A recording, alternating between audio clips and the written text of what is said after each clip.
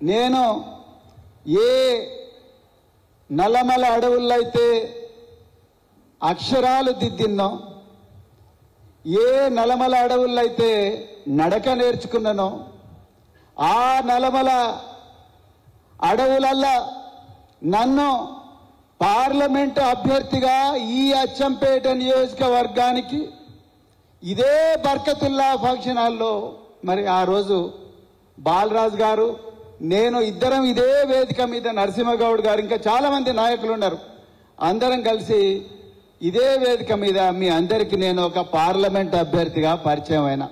అవునా కాదా?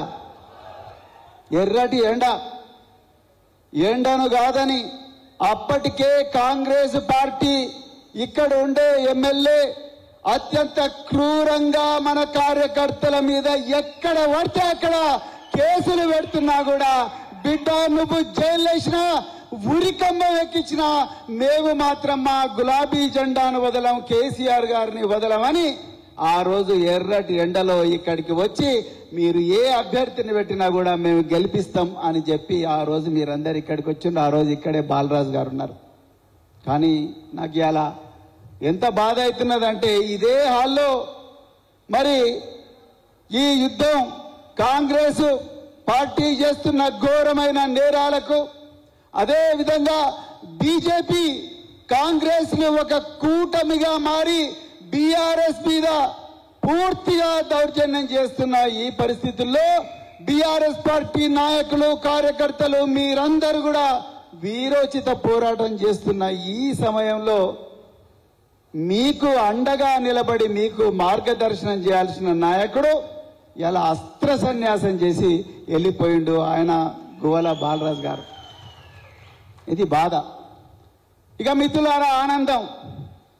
మరి అలా మీరు ఆగస్టు 15 నాడు ఎంత స్వాతంత్రం వస్తే భారతదేశ ప్రజలు ఎంత ఆనందంగా ఉన్నారో, ఇవాళ అచ్చంపేట ప్రజలు కూడా అంత ఆనందంగా ఉన్నారని మీరు మాట్లాడుతున్న తీరు, మీరు ఈరోజు ఎన్ని కష్టాలున్నా కూడా ఒక్క ఫోన్ కాల్తోనే ఇక్కడికి వచ్చిన తీరు అనేది ఇలా ఆనందం కలిగిస్తా ఉన్నది. మిత్రులారా, ఈ రోజు మీరు అచ్చంపేటలో పెట్టిన ఈ ఆత్మీయ సమావేశం కేవలం అచ్చంపేటకే కాదు, మొత్తం తెలంగాణ కూడా ఒక వార్నింగ్ ఇస్తున్నది. బిడ్డ, నల్లమల అంటే కేవలం పిరికి పందలే ఉండరు, నల్లమలలో చిరుత పులులుంటాయి, పెద్ద పులులుంటాయి. ఆ పెద్ద పులులే ఈరోజు కార్యకర్తల రూపంలో వచ్చిండ్రు. మీరు మీ స్వార్థాన్ని చూసుకొని మీ స్వప్రయోజనాల కోసం అవకాశవాదులుగా మారి, వెన్నుపోటుదారులుగా మారి, బయటికి పోయి తల్లి లాంటి పార్టీ మీద రాళ్ళేస్తే మేము కొదమ సింహాలమైతాం, పెద్ద పులులమైతాం బిడ్డ అని చెప్పి అలా అచ్చంపేటలో కార్యకర్తలందరూ నినదీస్తున్నారు. మీరు కేవలం అచ్చంపేటలో ఉండే గువ్వల బాలరాజు గారికి మాత్రమే వార్నింగ్ ఇస్తలేరు.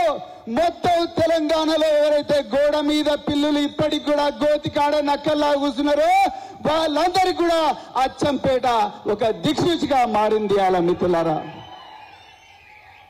నిజానికి మీరు ఎంత కష్టపడ్డారు నా పార్లమెంట్ ఎలక్షన్లల్లో నాకు ఇప్పటికి గుర్తుంది మిత్రులారా. మద్దిమడుగుల, పదరాల, వంకేశ్వరంల, లింగాల, బల్మూరుల, లింగాలలో అయితే రాత్రి కాంగ్రెస్ వాళ్ళందరూ వచ్చి కొట్టడానికి పోతే బీఆర్ఎస్ కార్యకర్తలు తమ చేతులనే ఆయుధాలుగా మార్చి కాంగ్రెస్ దుర్మార్గులకు అడ్డం పడ్డ రోజులు కూడా నాకు గుర్తున్నాయి మిత్రులారా. లింగాల, బల్మూర్ల, అదే విధంగా ఉప్పునూతల, అదే విధంగా చానకొండల, అదే విధంగా అచ్చంపేట పట్టణంలో పోల్శెట్టిపల్లి గ్రామంలో ఎక్కడైనా కూడా మీరు కొట్లాడుతూనే ఉన్నారు మిత్రులారా. కొట్లాడిండ్రు, అద్భుతంగా ఓట్లు తీసుకొచ్చిండ్రు. కానీ ఒక్క ఓటమితోనే కుంగిపోతే ఎట్లా బాలరాజు గారు?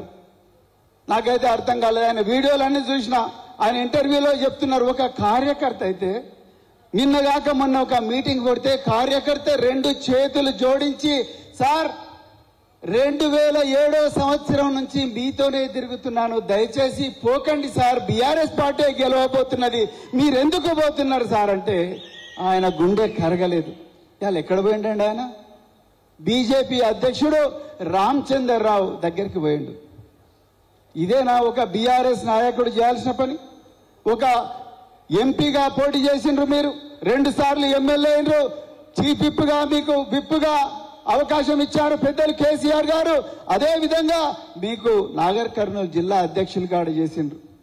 ఇంతమంది గొప్ప మనసున్న కార్యకర్తలు, పార్టీని ప్రాణానికన్నా ఎక్కువగా ప్రేమించే కార్యకర్తలు, నాయకులు ఇంతమంది ఉండగా ఏ విధంగా మీరు మనసు చంపుకొని ఆ బీజేపీకి పోయినరు? బాలరాజ్ గారు నిరంతరం ఈ తెలంగాణను దోచుకోవడానికి కాంగ్రెస్ బీజేపీలు 2 ఒకటై కేసీఆర్ గారిని ఎంతో ఇబ్బంది పెడుతూ, కేటీఆర్ గారిని ఇబ్బంది పెడుతూ, మరెందరో సీనియర్ నాయకులను ఇబ్బంది పెడుతున్న ఈ తరుణంలో మనం కేసీఆర్ గారి వైపు ఉండాలనా లేకపోతే బీజేపీ వైపు ఉండాలనా? చెప్పండి మిత్రులారా, ఎవరి వైపు ఉండాలి? మనం గట్టిగా చెప్పండి. కేసీఆర్ గారి వైపు ఉండాలి. మనం ఇలా బాలరాజు గారు అస్త్ర సన్యాసం చేసిపోయాడు. మిత్రులారా, నేను మళ్ళీ చెప్తున్నా, నాకు కాదని కేసీఆర్ గారు ప్రవీణ్ కుమార్కి ఇచ్చిండ్రు అని అన్నారు. మిత్రులారా, మళ్ళీ చెప్తున్నా మిత్రులారా, నేను ఎంపీగా కావాలని నేను బీఆర్ఎస్ పార్టీలోకి రాలేదు. మీ అందరికి చెప్తున్నా సభాముఖంగా, నేను ఈ రాష్ట్రంలో ఈ దేశంలో కేసీఆర్ గారి ఆలోచన విధానం, కేసీఆర్ గారు ఉద్యమించి తెలంగాణను రాజ్యాంగబద్ధంగా తీసుకొచ్చిన విధానం, అదే విధంగా తీసుకొచ్చిన తెలంగాణను కేవలం 10 సంవత్సరాల్లోనే బంగారు తెలంగాణగా మార్చి దేశంలో నెంబర్ 1 చేసిన విధానం, ఆ విధానాన్ని నచ్చి నేను వచ్చిన. మిత్రులారా, మీ అందరికి కూడా తెలుసు, నాకు రేవంత్ రెడ్డి ఫోన్ చేసి అన్న నీకు Telangana public service commission chairman పదవి ఇస్తా. ఆయనని సభాముఖంగా చెప్పిండు, నేను కాదు చెప్పింది, ఆయనే చెప్పిండు. నీకు ప్లానింగ్ బోర్డు వైస్ చైర్మన్ ఇప్పుడు వనపర్తి చిన్నారెడ్డి ఉన్నారు కదా, డాక్టర్ చిన్నారెడ్డి, ఆ పదవి కూడా ఇస్తా అన్నాడు. నేనన్నా అన్న, నేను కేసీఆర్ గారికి మాట ఇచ్చిన ఆయన వెంబడే నడుస్తా కాబట్టి ఆ పార్టీ అధికారంలో లేకపోయినా నేను బీఆర్ఎస్ పార్టీ వెంబడే పోతా అని చెప్పిన. నేను ఆ రోజు కేసీఆర్ గారికి ఆ నందినగర్ నివాసంలో గువ్వల బాలరాజ్ గారు కూడా ఉన్నారు. ఆ నందినగర్ నివాసంలో నాకు నాగర్ కర్నూలు ఎంపీ సీట్ ఇస్తేనే నేను వస్తా అని ఎప్పుడు కూడా చెప్పలేదు గువ్వల బాలరాజ్ గారు. మీకు నోరు ఎట్లొస్తుందో నాకైతే తెలియడం లేదు. అది కాకుండా మళ్ళీ నిరంజన్ రెడ్డి గారిని నిందించడం, వారికి అసలు సంబంధమే లేదు ఈ నిర్ణయంలో. కేసీఆర్ గారు వారికి తెలుసు 50 సంవత్సరాల రాజకీయ జీవితం, ఎక్కడ ఎవరు గెలిస్తే, ఎక్కడ ఎవరిని పెడితే ఎవరు గెలిస్తారు, గెలిచే అవకాశాలు ఎక్కువ ఉంటాయన్న నమ్మకంతో వారు నన్ను ఇక్కడికి పంపించింది. మిత్రులారా, నేను ఈ పార్టీలో రెండో విషయం చెప్తున్నా, నేను ఈ పార్టీలో నాకు ఈ పదవి ఇస్తానని నేను రాలేదు మిత్రులారా. నేను ఈ పేద వర్గాలు, అనాదిగా అణిచివేయబడ్డ వర్గాలు, అది మద్దిపాడు కావచ్చు, వట్టివారిపల్లి కావచ్చు, పదవ కావచ్చు, వంకేశ్వరం కావచ్చు, మైలారం కావచ్చు, మాచారం కావచ్చు, ఉప్పునూతలు కావచ్చు, ఈ ప్రాంతాల్లో అనాదిగా పోల్చెట్టిపల్లి కావచ్చు, జత్తి సదగోడు కావచ్చు, ఈ ప్రాంతంలో అనాదిగా అణిచివేయబడ్డ వర్గాలు, అనాదిగా సంపదకు దూరమైన వర్గాలు, జీవోత్సవాలుగా బతుకుతున్న వర్గాలు, ఈ వర్గాలు బాగుపడాలి. అంతే బీఆర్ఎస్ పార్టీ అధికారంలోకి వస్తేనే, కేసీఆర్ గారు ముఖ్యమంత్రి అయితేనే ఈ వర్గాలకు న్యాయం జరుగుతుందని నమ్మి వచ్చిన. నాకు మినిస్ట్రీ ఇవ్వాలను, లేకపోతే నాకు ఒక పదవి ఇవ్వాలను, లేకపోతే నాకు ఎంపీ ఇవ్వాలను నేను రాలేదు మిత్రులు. అవన్నీ చూసినా నేను 55 సంవత్సరాల వయసులో 7 సంవత్సరాల ఐపీఎస్ పదవి మిగిలి ఉండగానే నేను రాజకీయాల్లోకి వచ్చిన. నా మిత్రులు చాలా మంది కూడా ఇప్పుడు చాలా రాష్ట్రాల్లో డీజీపీలుగా ఉన్నారు. నా మిత్రులు చాలా మంది చాలా రాష్ట్రాల్లో డీజీపీలుగా ఉన్నారు. నేను కూడా సర్వీసులో కంటిన్యూ ఉంటే తెలంగాణలో నాకు కూడా డీజీపీ హోదా వచ్చేది. కానీ నేను ఒక్కనే డీజీపీ అయితే నాకేం లాభం?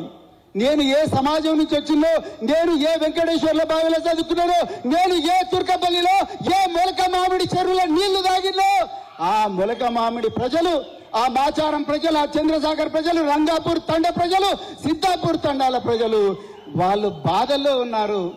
నేను నా స్వార్థం చూసుకుంటే సరిపోదు, వాళ్ళ కోసం పనిచేయాలని చెప్పి నేను రాజకీయంలోకి వచ్చిన. బాలరాజు గారు మీరు ఏమన్నారు? ప్రవీణ్ కుమార్ కాదు, ప్రవీణ్ కుమార్ తాత వచ్చినా నన్ను ఏమనలేరు అన్నారు. ఇగో ఇక్కడ వచ్చారు మీ తాతలందరూ ఇక్కడే ఉన్నారు, ఇక్కడే ఉన్నారు.